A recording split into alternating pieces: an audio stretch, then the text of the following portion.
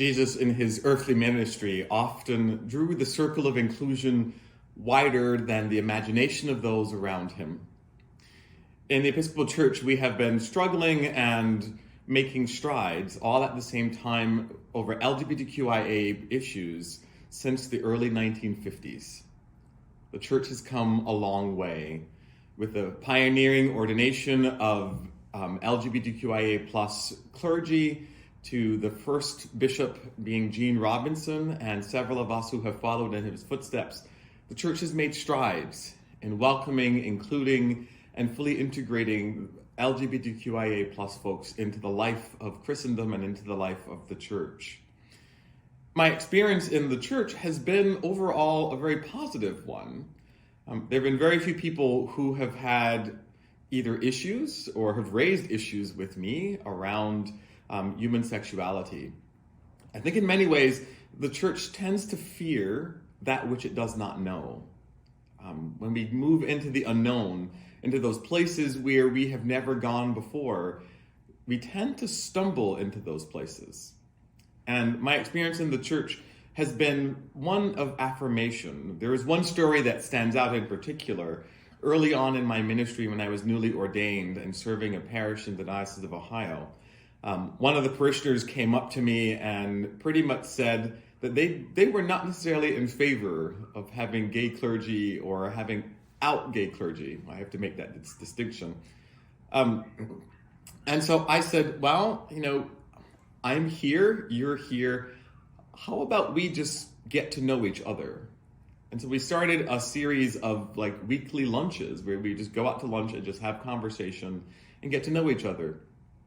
And after about a year of me being at that parish, the person said to me, I am so thrilled to have you as my priest, simply because you are someone who offers care and love, and the sexuality doesn't really make a big difference because I've gotten to know the person.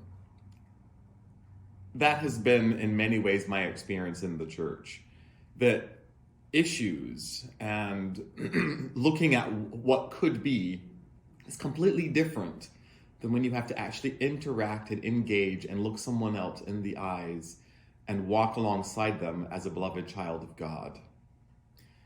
We in the Church, we sometimes get it wrong when it comes to our LGBTQIA plus siblings. We often stumble, we often walk down the wrong roads, and we say the wrong things and we do the wrong things. And yet, God's grace, God's Spirit, manages to animate us and move us sometimes further forward than we thought we would go. As the Church contemplates what we could do or how we can be for the LGBTQIA plus community, the first word that comes to mind is intentional. Be intentional to reach out. Be intentional to put pride flags and pride stickers. Be intentional to speak out and to stand up, especially during this time where state legislatures across the country are trying to curtail the rights, especially of our trans siblings. The best thing that we in the Church can do is be visible. We can speak out, and we can be intentional in saying and reminding our sisters, our brothers, our siblings in other denominations and other faiths and of no faiths that we are all beloved children, and we're called to be loved as beloved children. Here in the Diocese of Missouri, we have several of our small rural congregations that have become the beacons and the bastions of inclusion and welcome, because they have said unequivocally that no matter who walks into our doors, we will love them with the love of Christ. And that makes a difference.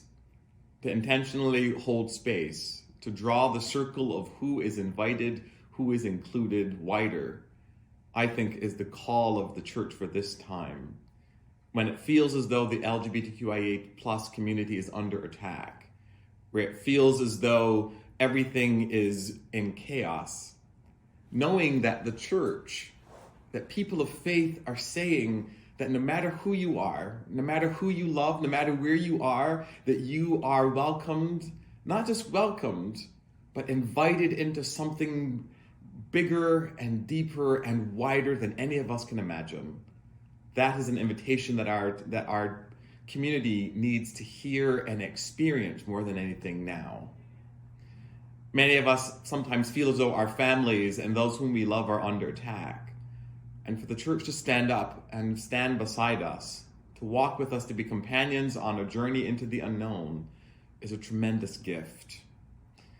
And as the Episcopal Church moves forward on inclusion of LGBTQIA+ folks, what I would love for us to keep in mind is Jesus' call for us to begin with love. Love means being able to see the dignity and worth of whoever walks into our doors. Love means being able to afford dignity and worth, not just in our churches, but to stand up for those rights out in our community.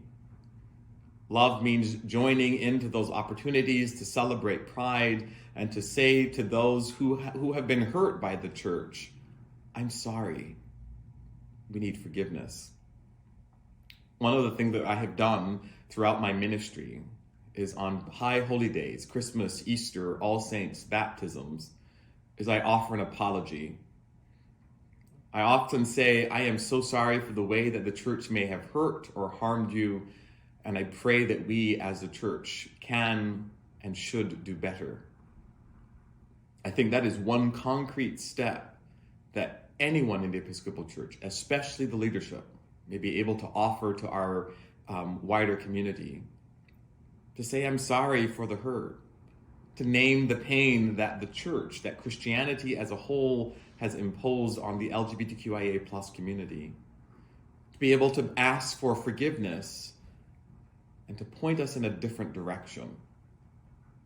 Because if we are not able to name the places where we have caused hurt and harm, if we are not able to stand in that place of sackcloth and ashes and lament the things that we have done, we are stuck. And if we are stuck, it means that we are no good to those who are in need of the church's embrace, of the church's love, of the church's affirmation. My prayer, my hope, my dream for us as a church is that we are, in the words of presiding Bishop Edmund Browning, a place where there are no outcasts. Where all are welcome to the table. Where all are afforded dignity. Where all's worth is affirmed and celebrated.